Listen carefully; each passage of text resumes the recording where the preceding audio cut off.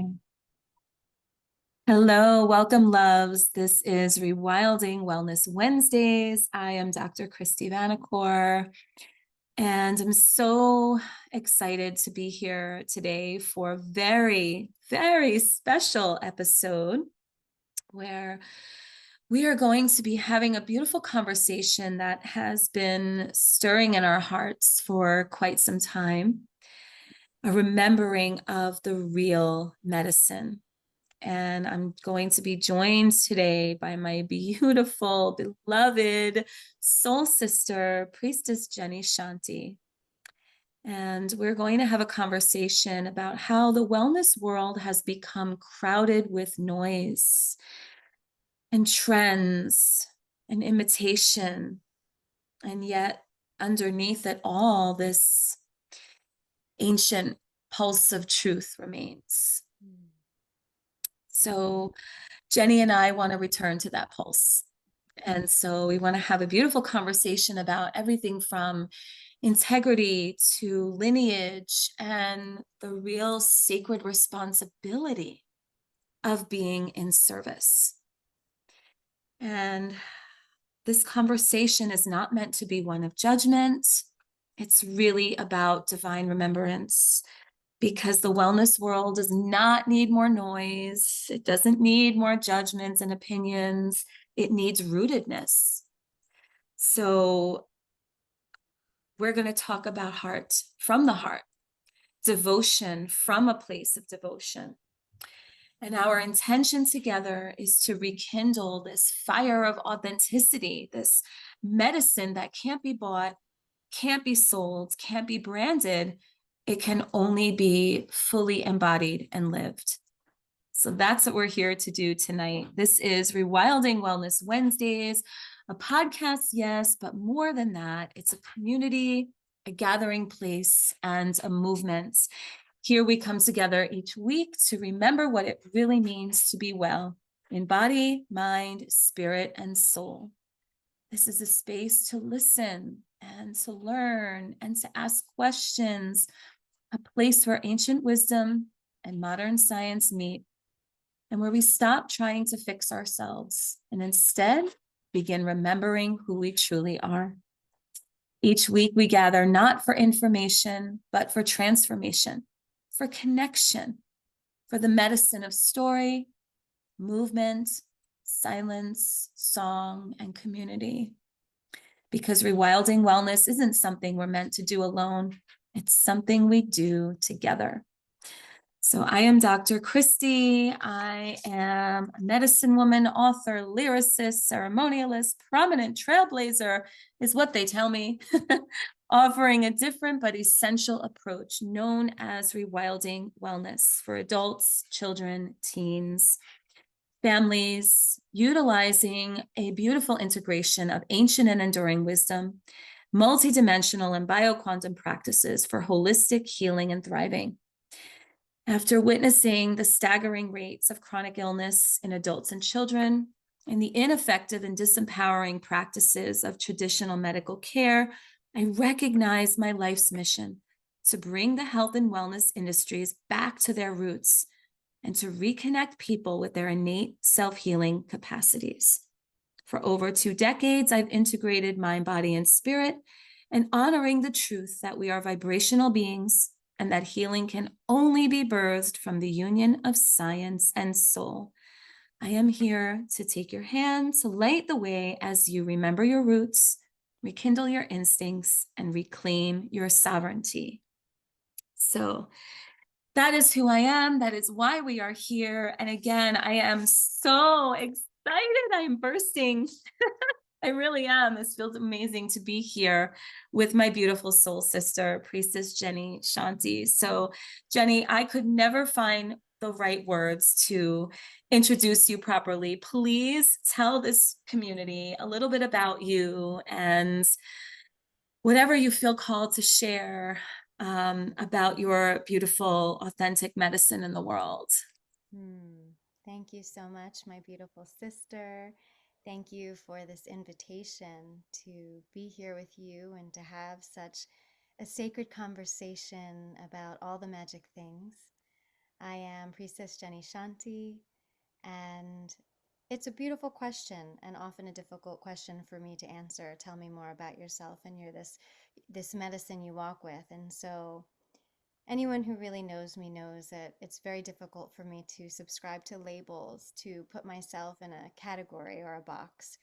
But if I were to use some words to describe my essence and what I seek to embody in my sacred walk every day, I would tell you that I am a modern day medicine woman who reaches into the ancient ways and handed down practices and new evolutionary practices, um, and really walking the path of the heart. I am a weaver of ceremony, a weaver of tradition, many different traditions. Um, I am devoted eternally to opening hearts and inspiring minds through music, cacao, ceremony, and sacred conversation. There is so much that um, creates the embodiment of who I am. All of the pieces of life and fragments and experiences and circumstances and even people that have imprinted on my soul have really shaped who I am. And so I walk in devotion. I am devoted to being devoted to my own Yes. healing and to the healing of others and being of service in many different ways, whether it's energy medicine and, like I mentioned, music, cacao, and all of the different things, plant medicine. So, really, my favorite thing to do is to have these sacred conversations that weave so many different elements of the world. I am a space holder, a visionary, and the founder of a beautiful space, Sunstone Sanctuary, which has been almost 3 years of existence, but a lifetime to get to walking the spiritual path, born into traditions. And she's now shifting, as we all do with our seasons of change, into more of a traveling sanctuary so that I can weave and walk the path and impact others along the way in different places and spaces while I continue to learn, because the more I learn, the less I know. So Oh, thank I you love that. for having me.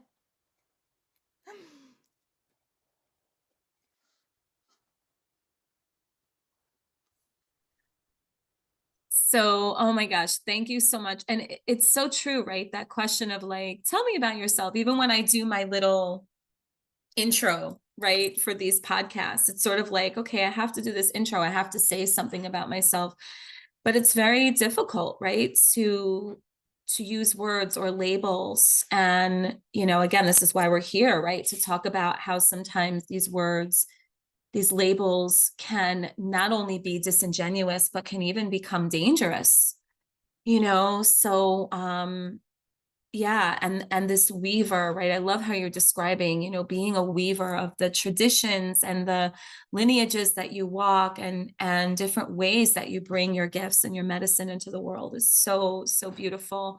But the word that really stands out so much out of all the beautiful words you shared, is devotion, and living a life devoted to devotion. And that is something that is so important to me and so sacred to me. And I think, so Jenni, when you and I, we've been having this conversation for so long, right? Because we've been witnessing what's going on in this wellness industry. And even that, I have to call it an industry now, which literally hurts my heart to say, right? To call it an industry, but it has become that.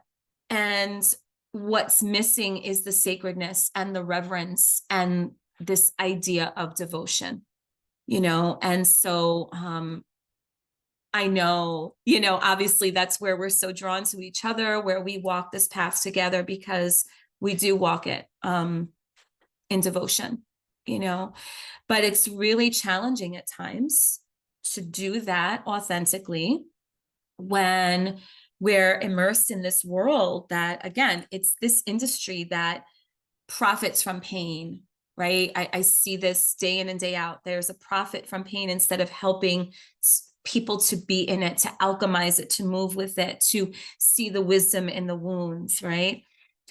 And I feel like this path that was meant to be one of devotion has become performative.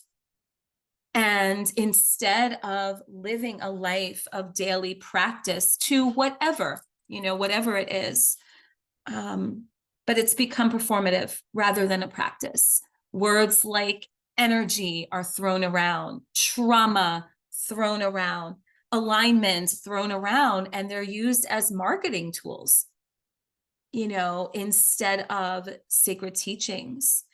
I think about all the times, that people come in with their green juices and their gratitude journals and, and yet they're terrified to feel and they don't know how to sit with what's hurting.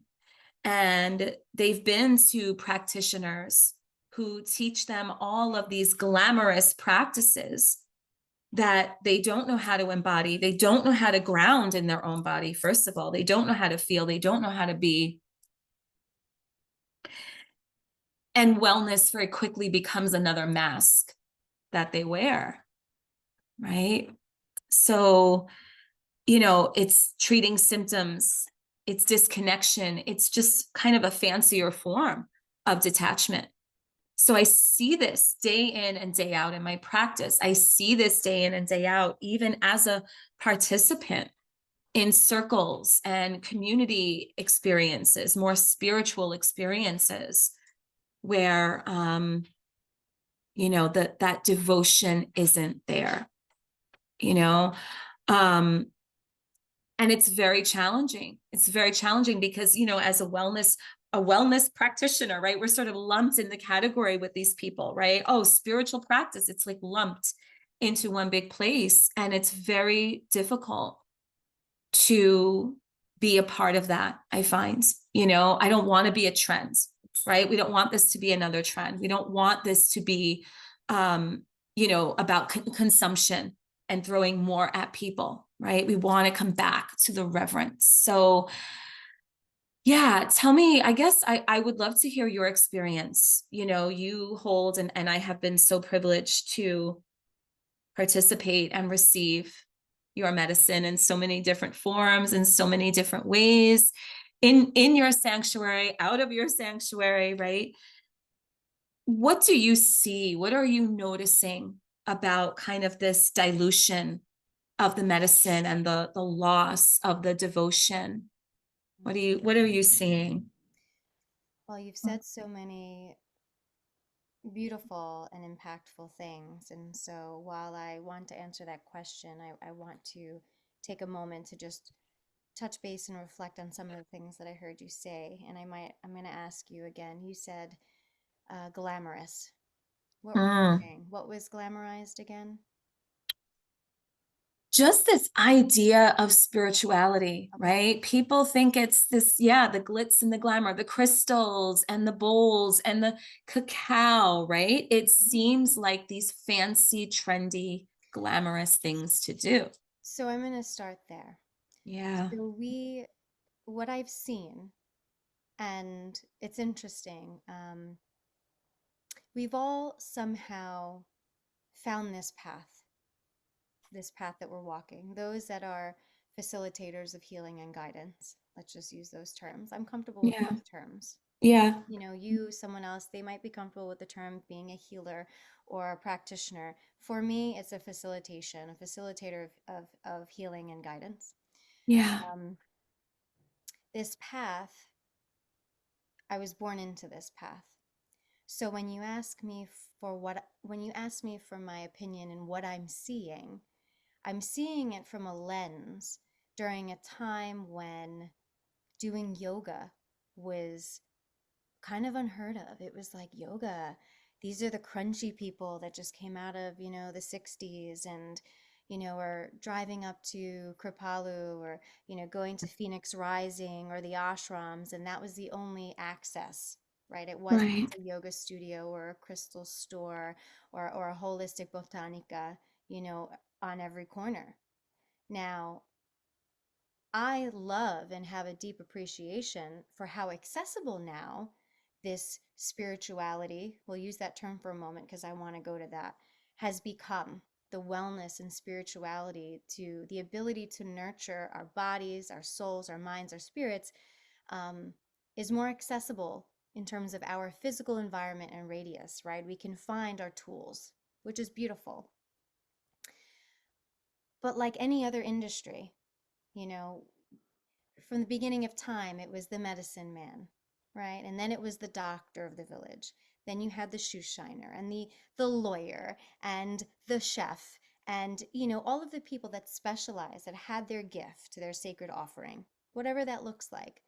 And now, just as a normal evolution, we have a grand population of people, and we all fit into these pockets. And the term spirituality, as you mentioned, spirituality, alignment, energy, what I'm seeing over these decades has lost its meaning, its original meaning. Not to say that it doesn't carry its essence and its importance, because there are beautiful practitioners and pockets of communities that understand the reverence behind the use of those words. I think with consumerism and capitalism, and listen, we're all business people, right? You're a business person, you're a professional, so am I. We walk that world as well because that is the society that we are navigating.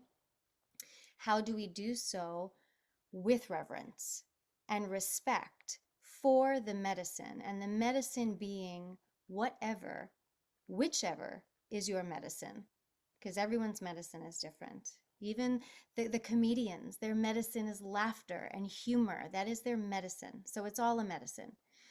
And we have a tendency, I say we as a society, because you know what? As much as I am a facilitator of healing and guidance and I have my medicine path, I am too part of the society. So I can't exclude myself. Um, but we have a tendency to glamorize busyness. We have a tendency to glamorize um, healing modalities, and to glamorize pain, like you were saying, in the sense that we're going to market to people and utilize their pain as a way to profit. And which brought me to the thought process of, we are also creating a society that is, in a way, it's subliminal codependence.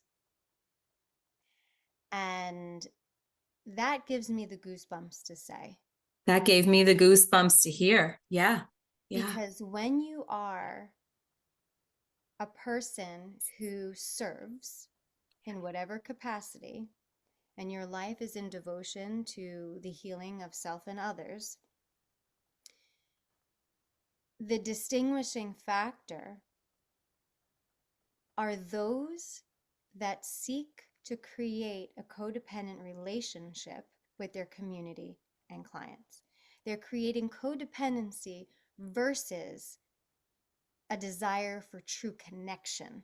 Yes. Connection and community means that you are able to grow through shared experiences and ebb and flow in and out and through community as your heart and energy seeks it, Mm. versus a facilitator whose intention, whether conscious or not, because we have to Yeah. be careful, sometimes we lose the original innocent form of what healing in the practice really looks like, to Yeah. create a situation within a community or individual client where they have to feel that in order to heal, I have to keep coming back, and I Mm-hmm. have to keep, and Yes. and listen, processes can take months, it can take years, it can take hours, it can take days. Everyone is different.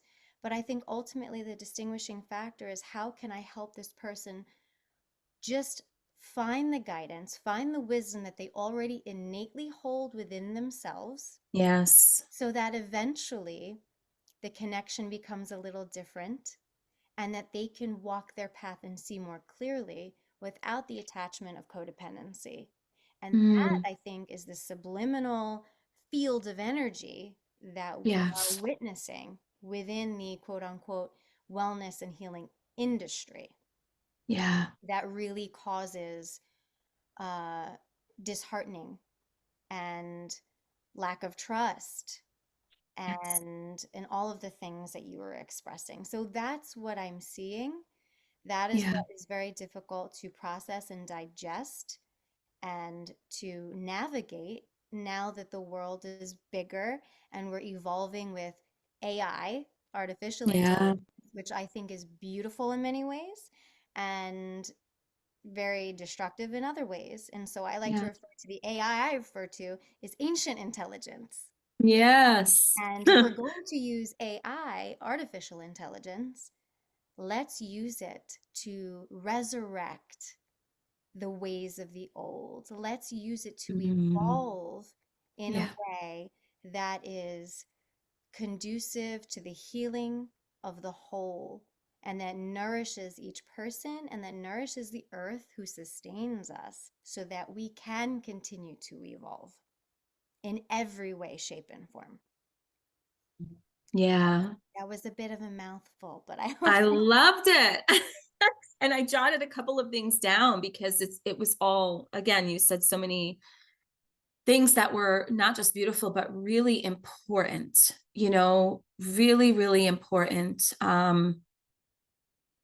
An important part of this conversation. And I jotted down a word that kept coming up for me too, which is this idea of integrity. Right. And when you spoke about, okay, this culture of dependency, right, which is interestingly, I come at this, one of the lenses through which I see this, right, is this traditional doctor world that I came from, and putting that in air quotes as if anybody could see it, right? But this world that I was indoctrinated in, a medicine that created dependency, right? Sick people need me, right? And that is what I was trained to do, and that is so not where I am now. I was the rebel in my field and still am in every way.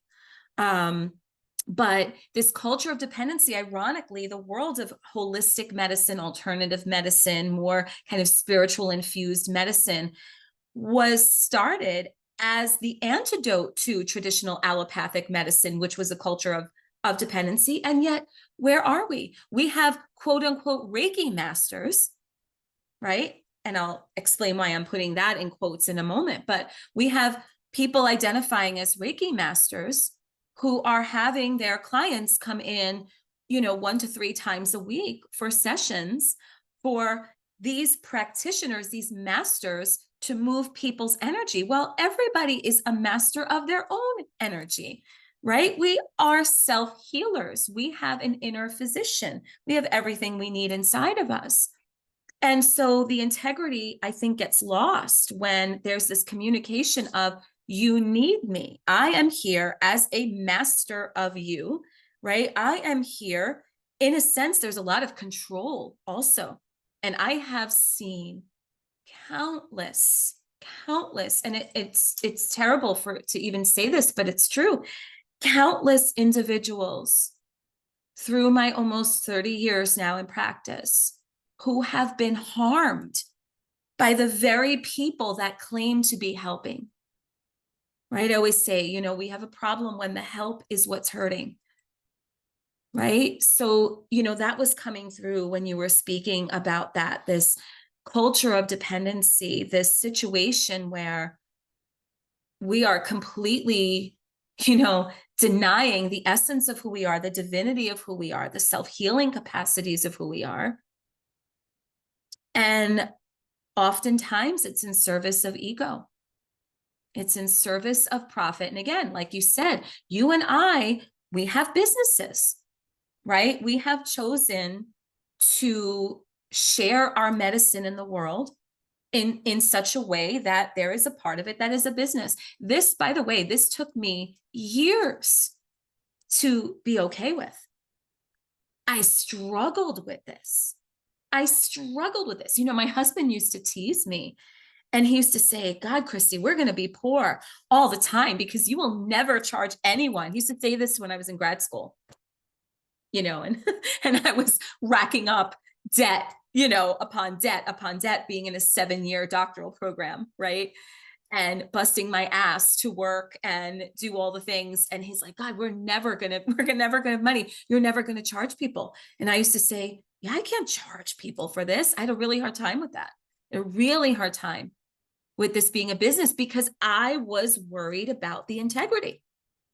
I was concerned about that. And also, and you said this, Jenni, again, so beautifully, like,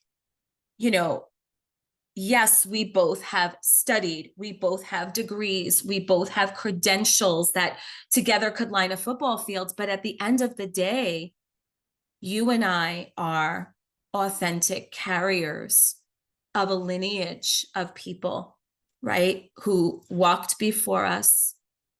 We were born into a lineage of medicine that just because, and born into it, we still have this gratitude. We feel so honored to carry this medicine, right? My grandmother, my great-grandmother, her mother and great-grandmother, they didn't do this as a business. This is just who they were.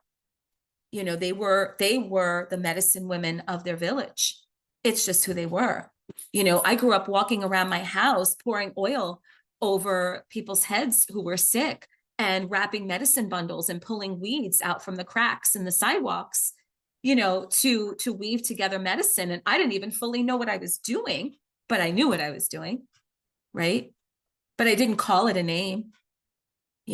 My grandmother would have never called herself a medicine woman, right? And it's sort of like you and I have had to figure out how to position ourselves in this world that is becoming an industry, but yet still holding on to the authentic medicine, right? And that is where I think the integrity comes in. I think about integrity as this sort of like invisible current.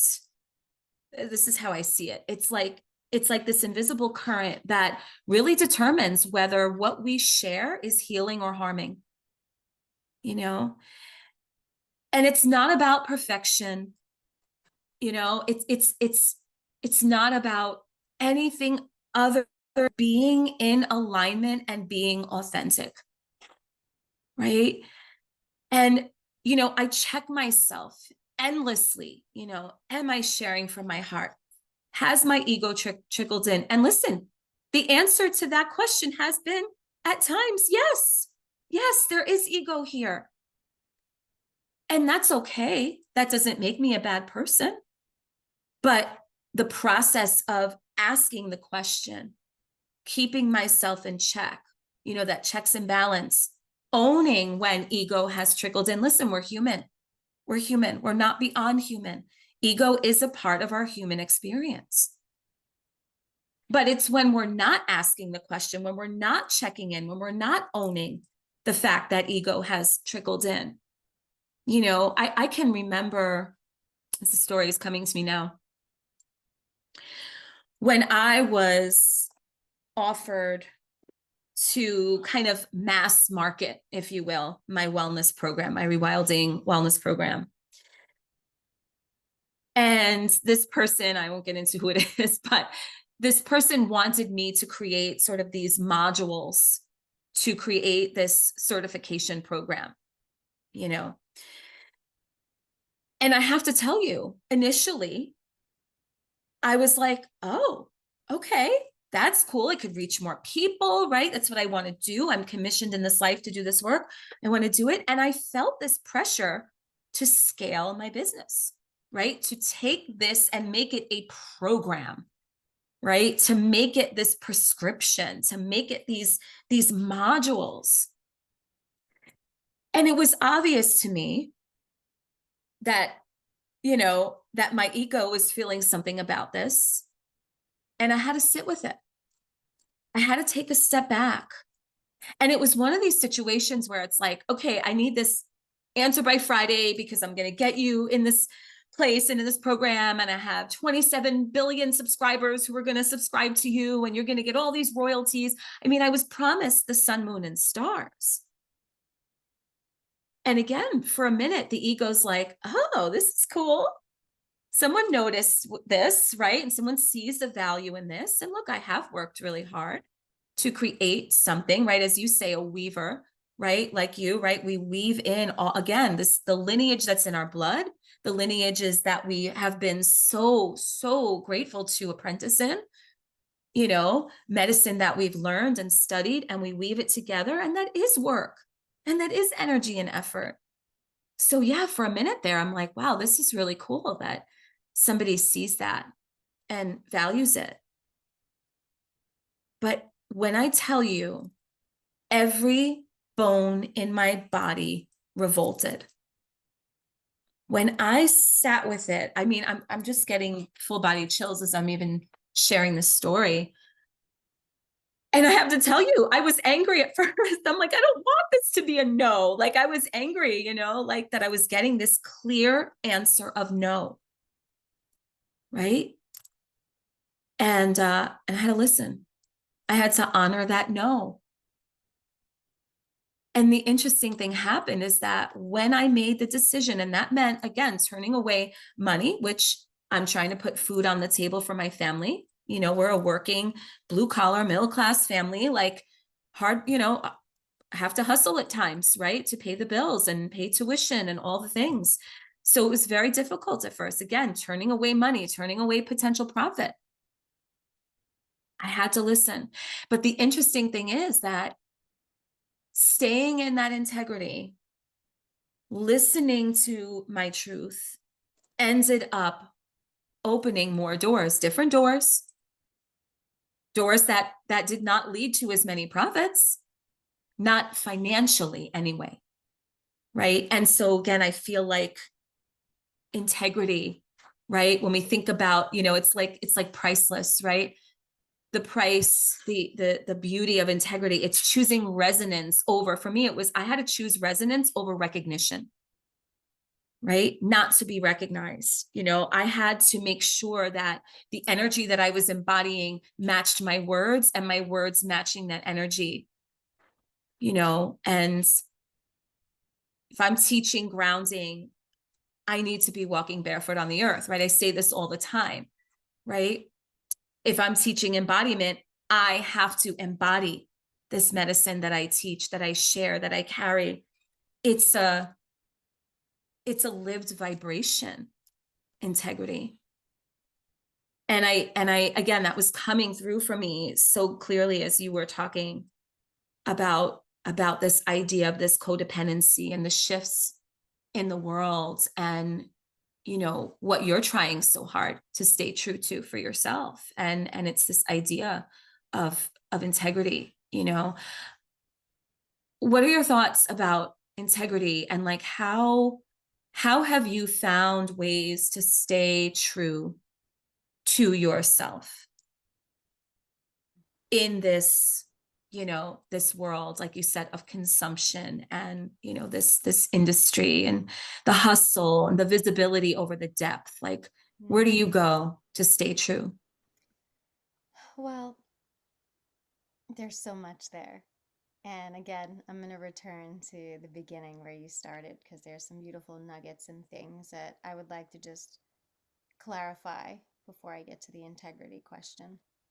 You started by speaking about, our lineages and our paths and how we got here, and um, being weavers of different types of medicine and tradition. And I just want to clarify that, and I'll speak for me, and I know you're going to agree with what I'm saying, but I will just say that I want to clarify to anybody listening that is in the practice or of devotion to a sacred way, that, and you were not born into a practice, and you did not come from a traditional lineage, or you did not come with an indigenous background.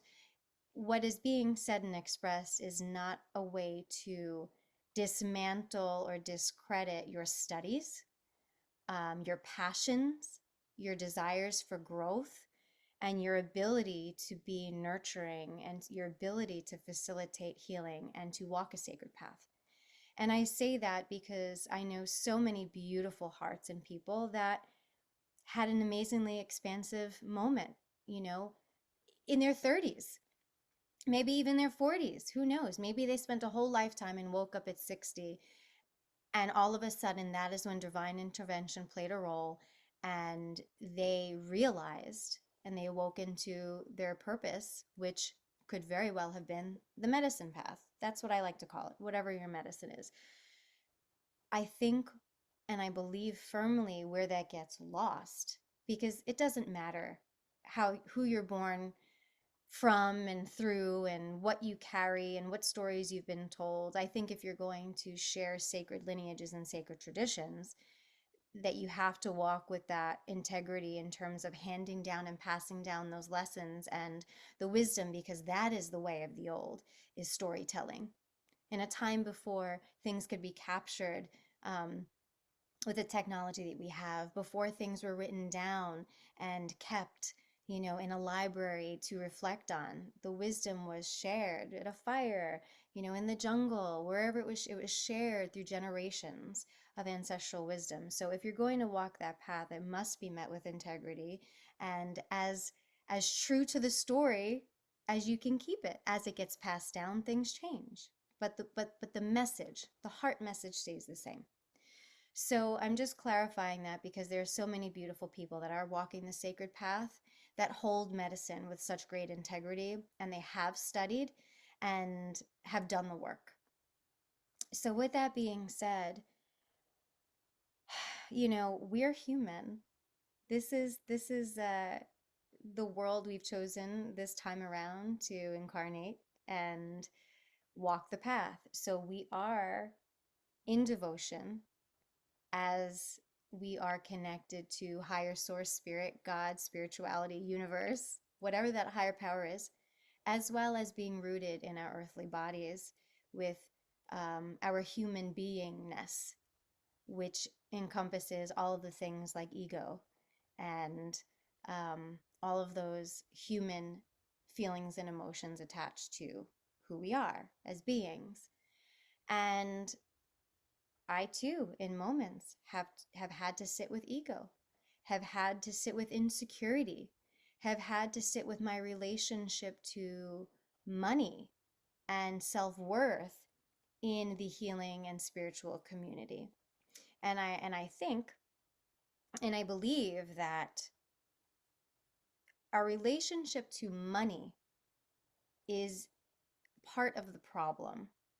When we separate our relationship to the medicine and to our relationship to devotion and being of service, it's also our relationship to money, because of the association and the stigma that the money has been given. And I'm going to say money as is an energy and frequency, not money as the physical, tangible paper and coin. Money and prosperity is an energy. It's a magnetism. It's a field of frequency that you can tap into. Paper and coin is the physical manifestation, the matter of that energy. And so it is tough to put a value on healing and guidance in whatever capacity. Society has forced us, which is just a natural evolution. It's just a circumstance. Greed is not a circumstance. Greed is a choice. Yeah. Distinguishing things. But Yeah. the circumstance in which we live has forced us to evaluate, to make financial projections, to look at our year, our fiscal year in Hmm. terms of Yeah. quarters and profit and Right. value and all the things that we as humans have to endure and pay attention to. So how do Yeah. we assign value to that? And when a value is assigned to that, value then becomes what the needs are. How do I survive? How do I put food on the table? How do I serve and also take care of myself? That is really the question. And so if we look at money and prosperity as energy and integrity as energy, it's important to understand that the frequency of prosperity, it comes in many different forms. It comes in the dollar value, but it also comes to us in enriching beautiful experiences.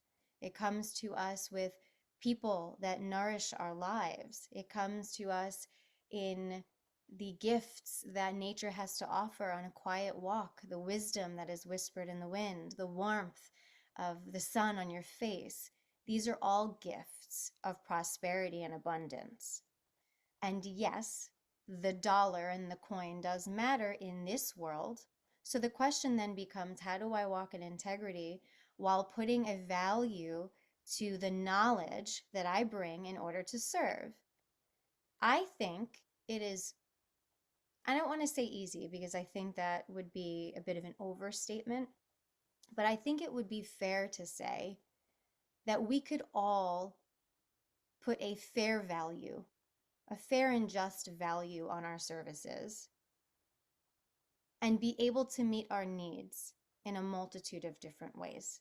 Because if we magnetize that field, that frequency, and we don't come from the origin thought of scarcity and lack, because if we serve from that place, that is the resonance we're calling forth, and that is what's going to magnetize to us.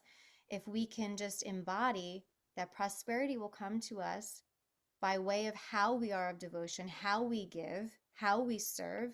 It will find its way to you. And you have to be open to seeing what those things are. Prosperity can be knocking on your door 24 hours a day, but if your mind is closed and you're not present, you're not in presence and full embodiment, you're not going to receive it and you're going to miss it. But it is a very difficult thing. And for me, walking in integrity, the best and simplest way I can say I walk with integrity is that I'm true to what I know, and I'm also true to what I don't know and the things that I have yet to learn. And I also believe that there is a very sacred reciprocity. One of my good friend's businesses is called Receptive Giving, and I love the name of her business because that encompasses the flow of action and existence in all of our lives in totality. Is this dance of life is about receptive giving. It's about allowing that to flow through us and there to be a sacred reciprocity, a sacred exchange. If we even change our language, right? The language, words mean so much. We change our language to, what is the cost versus what is the exchange? It makes it feel so much more receivable, and it feels so much better to give as well because there's an underlying understanding versus the subtle dependency and codependency that is surrounded by greed, which is a whole other frequency. So Yeah. Oh my gosh. Wow. I'm just like, I haven't stopped shaking my head. I'm like, yes. Yes to everything. And there's so many things that you said that I want to touch on, but a story just came to me as you were talking about sacred reciprocity, which to me it's everything, right? Because it is everything. But I'm reminded of one of the first times that I started to understand that concept as a child, as a younger child, was, my Grammy, after we ate any meal, she would take any breadcrumbs, because we always had fresh baked bread at the table, being Southern Italian, we always had the bread, right? And there were crumbs all over the table. And she would scoop them up in her hands, and she would cup them in her hands, and she would sing and pray over the breadcrumbs. And they were prayers of thanks and blessings. So she was thanking the bread, blessing the bread, and she would go outside, and right off of her little kitchen was this porch. And it was the back porch overlooking the yard and all the neighboring yards. This is in the streets of the Bronx. And she would go outside and she would say, come on, Kristy, come on, come on. I say, okay. And she'd sprinkle some in my hands. And she said, say a prayer, any prayer you want, and I would pray.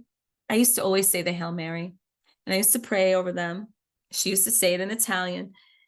And then we would sing the song, any song that she would start singing. And then she would put her hands over the porch railing and say, okay, ready? 1, 2, 3. And we would let our hands go and let the breadcrumbs scatter. And she used to say, it's for the winged ones in the sky to come and capture, and it's for the earth down below to receive. And then we would go back inside. I'm actually feeling tears coming through. And we would go back inside. And, it's just as an aside, as we've been talking, you and I, so much, right, about this topic. I've been, really speaking to my Grammy so much because, so much of who I am is what she taught me, what she shared with me, what she gave me. But anyway, we would go back inside and we would go to the table, and any food that was uneaten, you would usually be some lettuce. And she would say the same thing. It's a sin to leave it. It's a sin. It's a sin. Come on. And she'd show me, and we'd scoop up the leftovers. And we would go outside, put our little slippers on, and we would go down 3 flights of stairs down to the yard. And we would dig under, pick a tree. She would have me pick the tree, whether it was one of my uncle's fig trees, whether it was going to be the tomato plant, whatever it was going to be. And we would dig a hole, and we would sing, and we would take the food, again, share blessings, share prayers of thanks, and offer that food back to the earth. And she would say, we feed Mother Earth, she feeds us. And that, so as you were talking about sacred reciprocity, I was like, yeah, my Grammy was the first person to teach me that, that understanding. And I love what you said about your friend's business. It's that receptive giving, right? It's one and the same energy, really. It's not 2 different things. It really is one flow. And I think that's so important. So that was so again, so beautiful and so important, that you shared that. And the other thing that I want to thank you for, you started to share about how kind of, just clarifying this idea that this isn't about judging or shaming anyone who may not have been born into a lineage, right? Who may not feel they carry what someone else might call authentic medicine, right? And for those people who are getting certifications or training or from a book or a classroom, right? That we have to respect that, and we have to honor that. So I thank you for bringing that up and clarifying that, right? Because again, anything, whatever your medicine is, like you said, right? It doesn't matter where it came from. It doesn't matter, how it was learned. If you embody that medicine, then it is in your veins, then it is in your blood, if it's embodied, right? And I do want to talk in a minute about what that embodiment means, because I realize I'm using that word a lot, and I realize people may not understand fully what that means, right? But if you're carrying in integrity, if the intentions are pure, right? If you are living it, walking it, breathing it, outside of the walls of your office, your studio, right? Then you are a carrier of that medicine, right? Then it is in you. It doesn't matter where it came from. And that is an important distinction. And I think, what you and I both, when we've spoken even before tonight, obviously, but what we respond so often to are those who clearly are not walking the medicine. Or another thing that I know we both see are people who, again, I really believe very well intentioned, right? people who want to help, who want to do good in the world, who want to spread light and love, who are grasping onto any quote unquote modality that they can, right? To have something to offer. And I've seen this so often in my mentorship with, I call us world servers, right? We're here to serve, where there's a grasping, right? Oh, this modality feels good to me. And it probably does, of course. But well, now I want to do it. Oh, now I want to do it. And I'm going to go get certified in 10 different things. And I'm going to share all of this, right? And yet it's not embodied. It stays surface, right? It stays just another thing to do. Or I'm going to blend all these different things and just throw it together and see what sticks, and again, I think these are, for the most part, obviously I can't say every person, but for the most part, I think these are very well-intentioned people who, again, see that the world is in crisis and do want to help and do want to spread love and light and do genuinely want to help people. But in that way, it loses integrity. And that comes from a place, I see it coming from a place of insecurity, right? Not trusting in the medicine you carry. We all carry medicine. We are all medicine people. We're all medicine women. I use that word, medicine woman. We're all medicine women, right? Every man, we're all carriers of medicine. It's, what is your medicine? What is the walk? What are the values? What is it that you're embodying? What does your life stand for? Who are you inside and outside? Interestingly, I had a session today with one of my male clients, and he was referencing some frustrations that he was having about his wife, who is a yoga teacher. And he said, in the course of conversation, he said, it's very hard for me to feel like she's not a hypocrite. And I said, what do you mean? And he said, well, I've taken my wife's classes. She's like, and he described her, he said, she's like an angel leading her classes, and walks out of that studio and treats the rest of us like we're demonic. These were his words. And treats us like we're demonic. She acts demonic.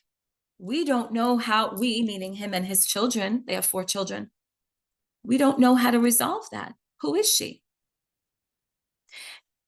And this story really resonated, and it's interesting that's coming up now. And I think it's, it's moving through me, because there was a time, and again, this is part of the medicine, right? It's owning and being honest. There was a time very early on in my journey when I remember my husband having a similar conversation with me, right? And he would say, I see you with other people. I've seen you in action, right? I've seen how you treat other people's children, how you support families. And yet you come home and you're angry and you're yelling and you're frustrated and you're throwing things, right? And again, he wasn't saying that to shame me, right? He wasn't trying to hold me to some high standard of perfectionism, but he was right to question that. And for me to be able to receive that and take a good hard look at myself in the mirror, right? And say, okay, where has this, right? And it's like this gentleman today, my wife, she's great in disguise as a yogi and comes home and is anything but. And she doesn't see it, I didn't see it immediately at the time years ago. I saw it later and said, whoa, wait a minute. He's right. So it's wonderful that in the walls of my office, my studio, my sanctuary, everything is a dream. And yes, am I doing good work and am I helping people? Yeah, I was. But it stopped at a certain point because it wasn't fully embodied. And I had to pause. And when I made that realization, it was a couple of years after my husband first said this to me, I took a step away from my practice. I took essentially a leave of absence because I said, okay, I'm clearly not walking in integrity. This word keeps coming up. And I can't be that in the world. Could I still help people? Yeah, I could, right? I don't want to pretend. I don't want to perform. You know, I can't take people deeper than I'm willing to go myself. And that really became my guiding mantra.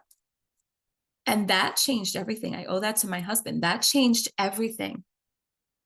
Took a step away, really sat and evaluated, who am I? You know, what is this? What do I want to radiate from me?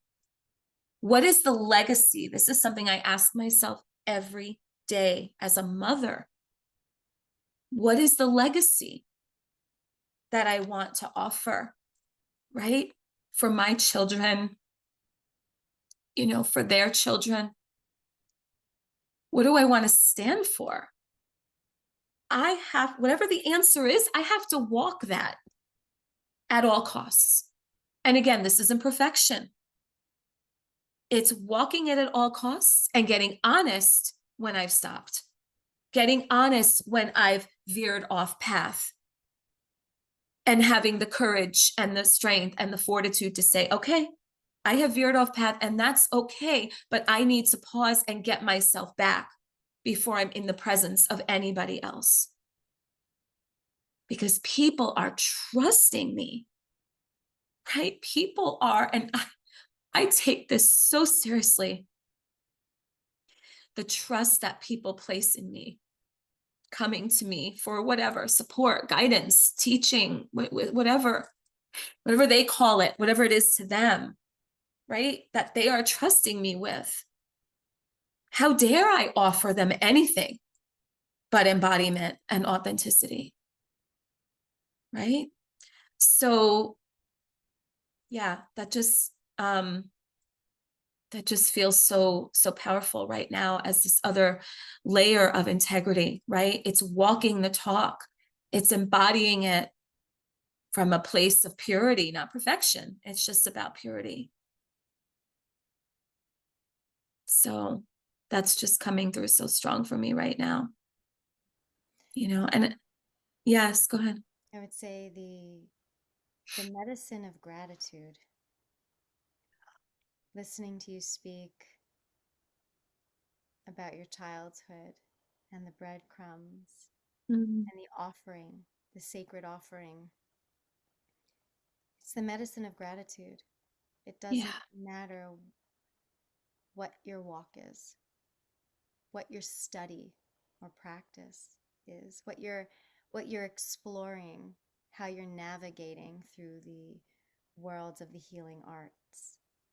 It's if you can start with the medicine of gratitude, Mm, just by understanding that there is a nourishment that we receive just by breathing, this innate mm, wisdom, yeah. this innate wisdom that runs through us all, how we can walk this camino sagrada, to walk this path, this sacred path, in a way that we are all so innately divine and wise.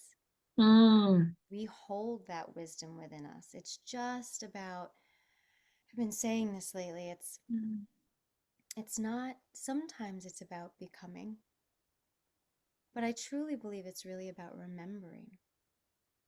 Remembering, because we have it. Maybe sometimes it's locked away. And then you meet these beautiful people along your path that help you to unlock, to access the hidden places and spaces within your physical, and mental reality and capacity to find your medicine. mm, But the medicine of gratitude is accessible to everyone.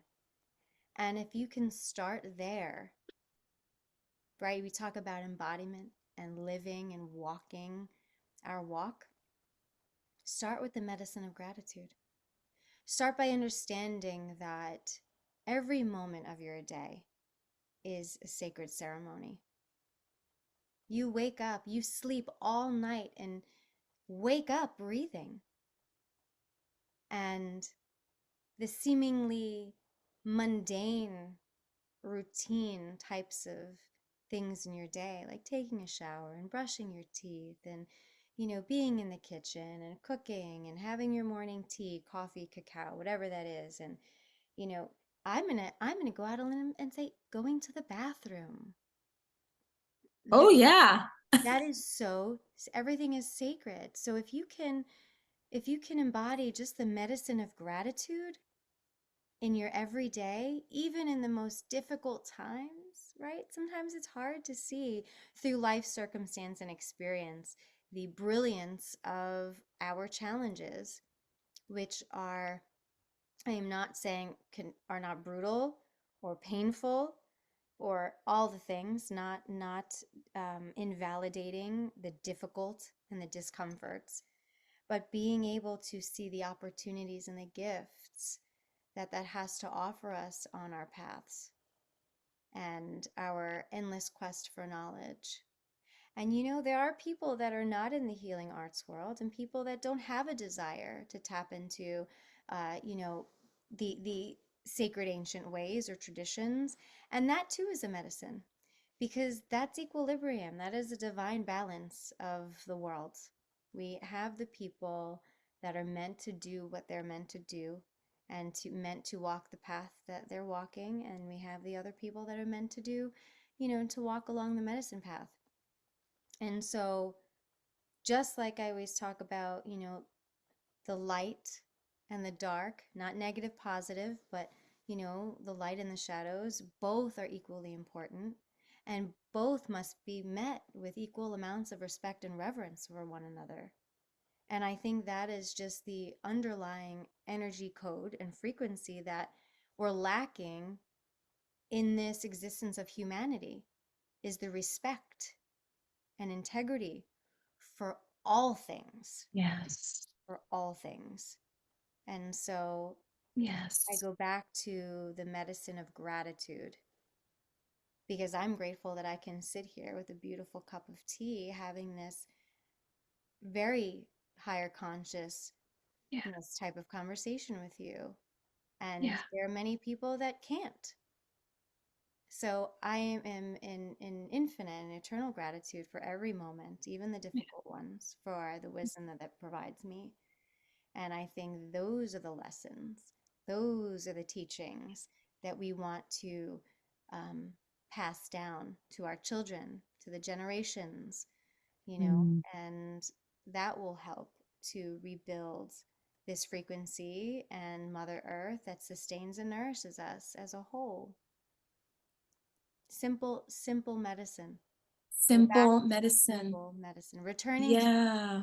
elemental altar, as Yeah. you call it. Yeah. Well, it's so funny because you were talking, and again, full body chills. I'm like, this is returning to the elemental altar, right? It's coming back to the beginning, right? And this is, when I use the word rewilding, coming back to our wild ways, that's just the essence. It's the essence of who we are. It's the essence of this beautiful earth that we are one and the same with, right? It's simple medicine.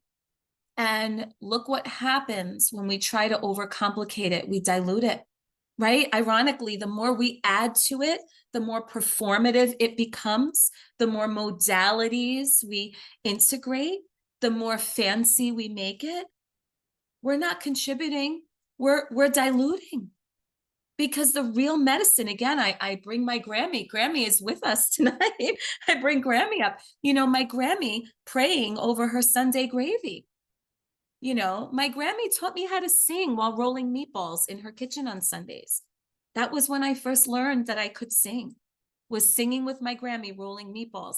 That was ceremony, right? That's ceremony. What you and I are doing right here, right now, like you said, in this beautiful conscious conversation by candlelight, right? Gathered together with the purest intention of love, sipping our tea. This right here is sacred ceremony, right?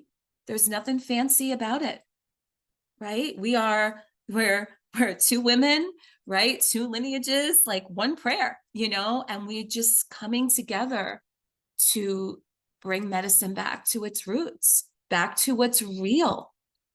It's real, it's rooted, it's rhythmic. That's what it's all about. So that's so important. Gratitude for all of it. Every moment, every moment. Again, when life is working out and when it doesn't seem to be working out, right? It's all of it. It's all a part of the teachings, the wisdom, the medicine, the growth. And Yeah. it's not, we're not sitting here with this flowy energy talking about how easy it is to No. to be in that state of being. Yeah. It's not. And also as someone in the healing arts, as we both are in service to people, I will run from someone who is like, I am a master at what I do and I know everything. I Yep. don't care who you are, how enlightened you are. We're human beings, and there's always more to learn and always more to know. And there's actually nothing more, what's the word? Um, Inviting and appealing than someone who has achieved, Yeah. a high level of knowledge, let's just say. I don't even like mastery because Right. we're not. It's a high level of knowledge and understanding, someone that has higher consciousness, levels of wisdom. There's nothing more appealing than that person being human and saying, I forgot, oh, I forgot this, or Yeah. I don't I don't remember how to do this, or I'm not the greatest with words and I can't articulate my feelings, but I'm going to do the best I can because I have wisdom to share with you. When you have someone Yes. that is so rooted in being humble with Yeah. such great humility, Yeah. that to me is so appealing and Yes. so safe, and tells me that this person is walking with integrity, and it's not a hierarchy.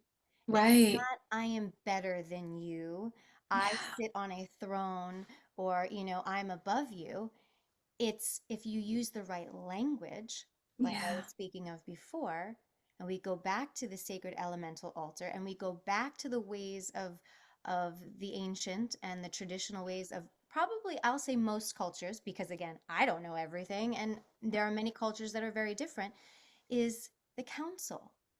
The Yes. council of elders, the council of the many facets of the goddess, of the masculine divinity. We are Mm, all in different stages. We are all different generations. We have all walked different paths. We are all products of yes. different circumstances and experiences. So Yeah. we all have a wisdom to offer.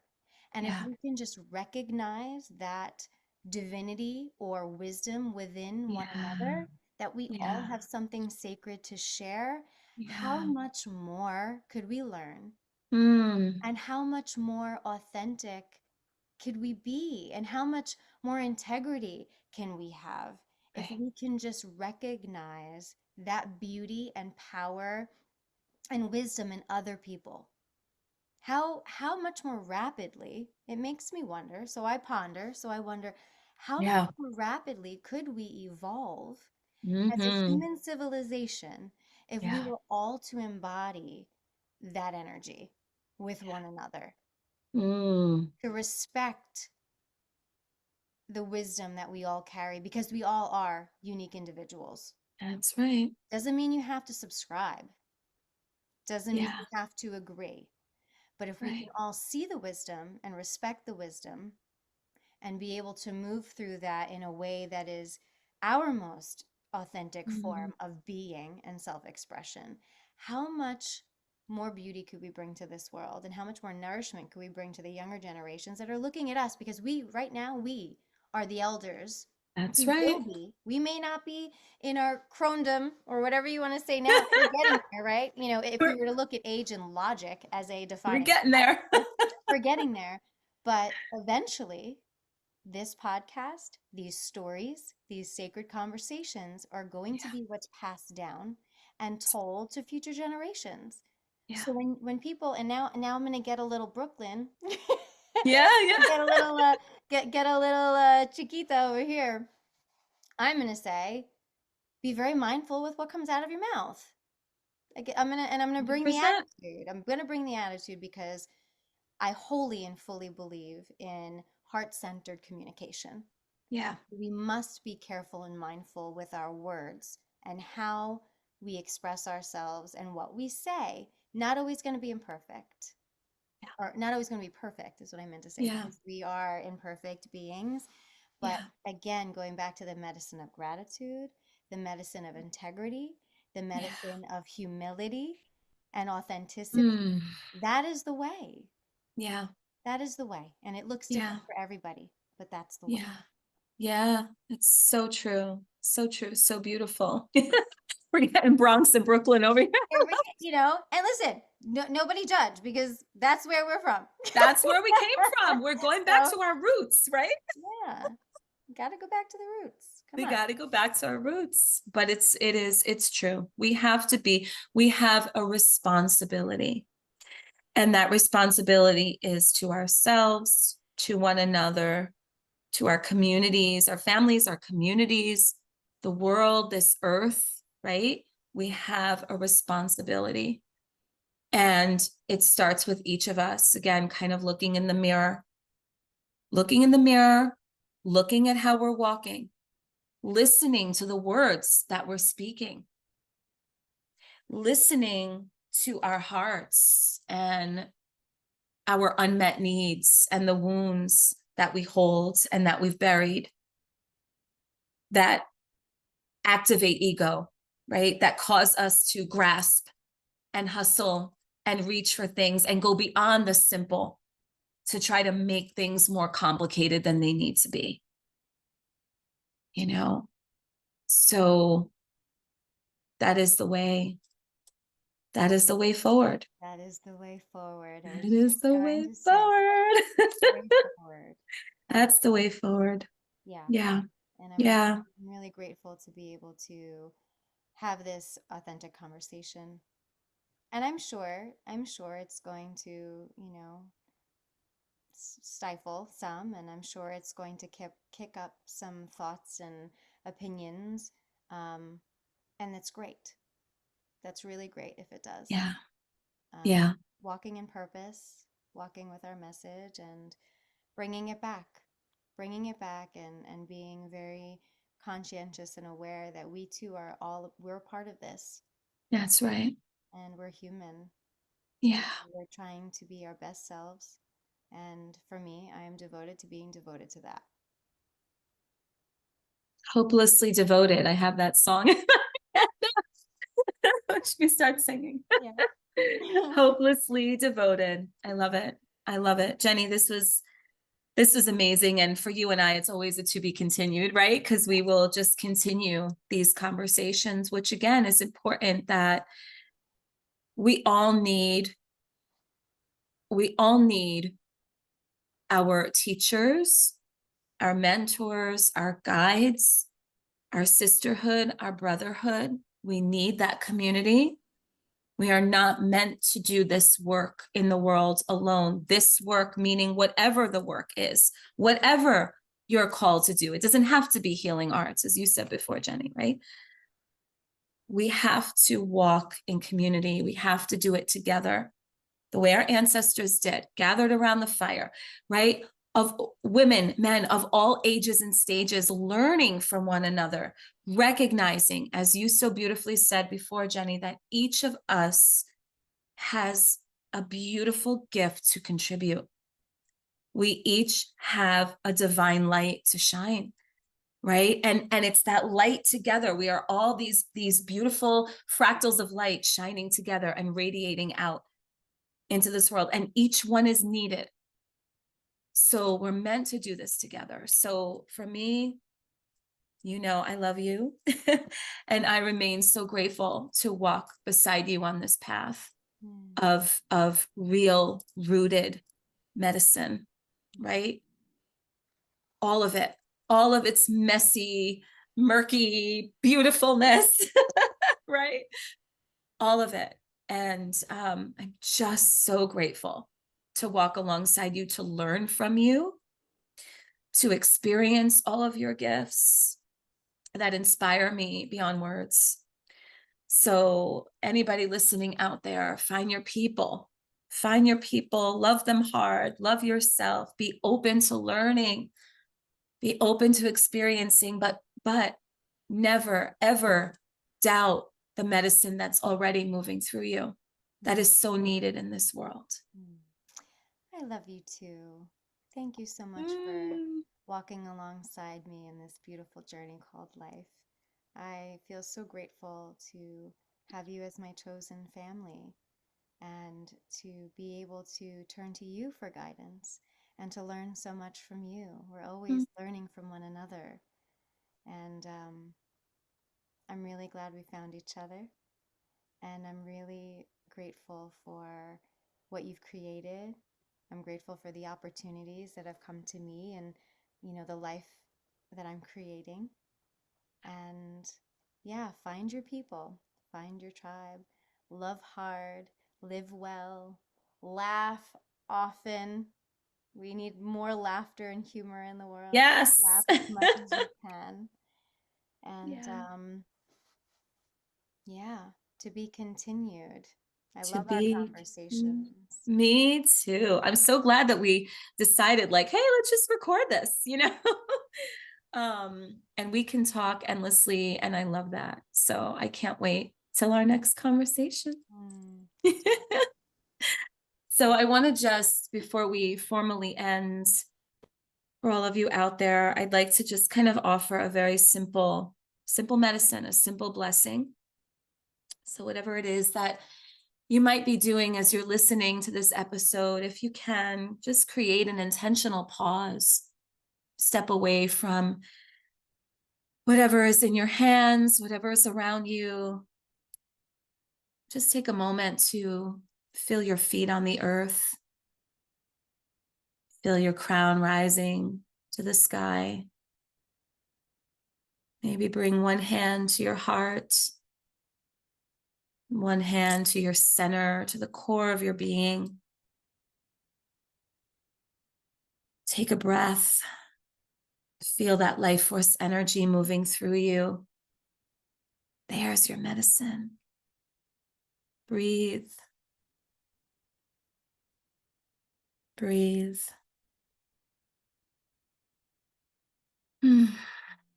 May we all remember that wellness, spirituality, medicine is not something to be performed. It's something that we embody. May our work always be in right relationship with ourselves, with each other, with the earth, with our ancestors. And may our medicine remain undiluted. May we lead with our hearts open wide and our intention and our service and our gifts rooted in pure, unconditional love. And so it is. So it is.